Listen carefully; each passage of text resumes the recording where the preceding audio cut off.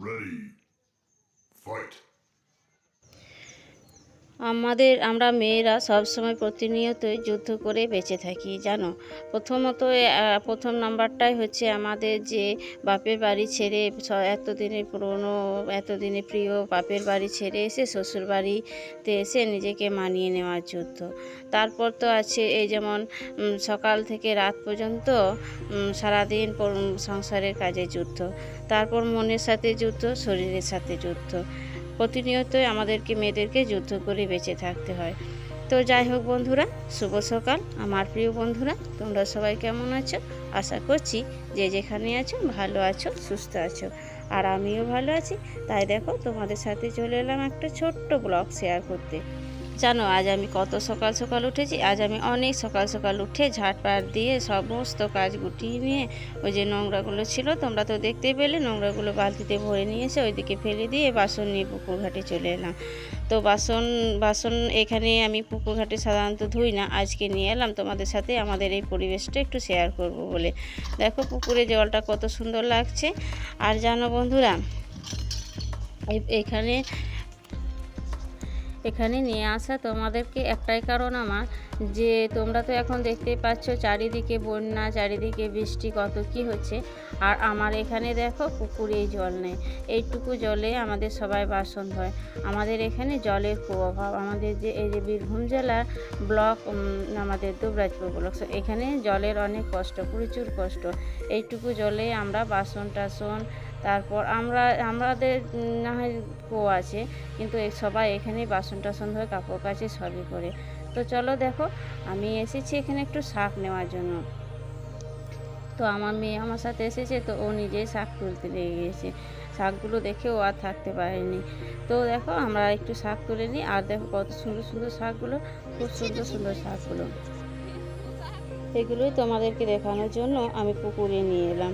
কিন্তু যাই হোক বন্ধুরা, বৃষ্টির জল টল না থাকলেও এদিকে পরিবেশটা কিন্তু বেশ সুন্দর লাগছে। এত সুন্দর শাক, তাই দেখে আর থাকতে পারলাম না, তুলে নিলাম অল্প। তারপর আর বেশি শাক নেব না, তার কারণ হচ্ছে ছেলেরা মেয়েরা ওরা শাক খেতে পছন্দ সেরকম একটা করে না, তো আমরা দুজনেই খাবো। আমরা দুজনের মতো অল্প একটু শাক নেব আর কি, সেই জন্য। আর এই বাসনগুলো নিয়ে এসেছি পুকুরে ধুয়ে নেব, আর শাক তুলে একেবারে বাড়ি যাব।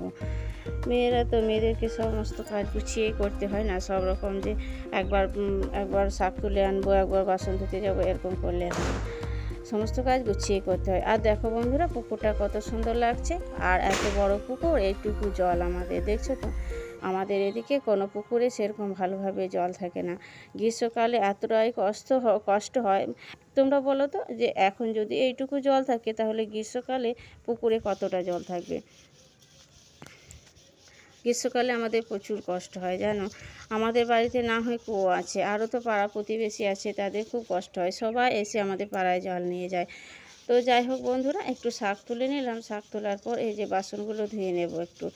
তো শাক তো তোমাদেরকে বললাম বেশি নিইনি, অল্পই নিয়েছি। তো এখন বাসনগুলো ধুয়ে নিই। আর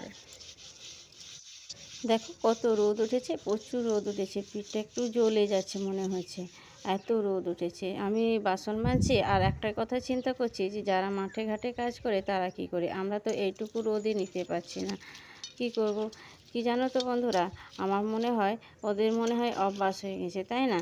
তো আমিও যেতাম আগে মাঝে মাঝে, এখন আমার এই রোদটাকে দেখে ভয় লাগে, তো যেতে পারি না। তো চলো দেখো, তোমাদের সাথে কথা বলতে বলতে আমার বাসনগুলো মাজা হয়ে গেছে। বাসনগুলো মেজে নিয়ে আমি একটু জল বুলিয়ে নেব।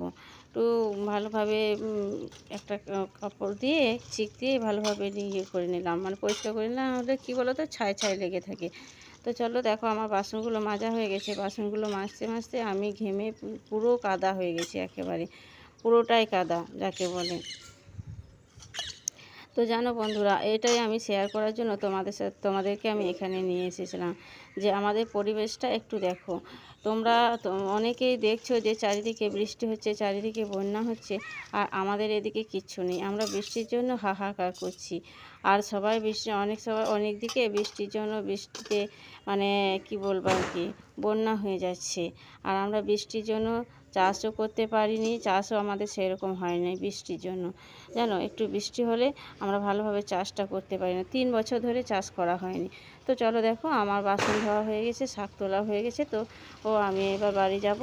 দেখো পুরো ঘেমে কাদা হয়ে গেছি, গিয়ে কিন্তু চান করব। তো এই যে বাড়িতে চলে এলাম, বাড়িতে আসার পরে দেখছি আমার মেয়ে স্কুল যাবে।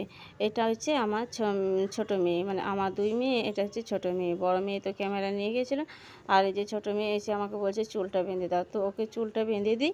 আর চলো বন্ধুরা, আমি ভিডিওটা বেশি বড় করছি না, তোমরা সবাই ভালো থেকো, সুস্থ থেকো। আর আমার ভিডিওটা ভালো লাগলে একটা লাইক, একটা কমেন্ট করে দিও, আর সাবস্ক্রাইব করে আমার পাশে থেকো সব সময়। তো চলো বন্ধুরা, তোমরা সব সময় ভালো থেকো, সুস্থ থেকো। Tata, bye bye. আর হ্যাঁ বন্ধুরা, বেল আইকন প্রেস করে অন করে রাখো। কেন বলো তো, আমি যখন ভিডিও ছাড়বো তখন সবার আগে তোমার কাছে পৌঁছে যাবে। তো চলো বন্ধুরা, আমি স্নান করে আসি। Tata, bye bye. সবাই ভালো থেকো, সুস্থ থেকো। Like, comment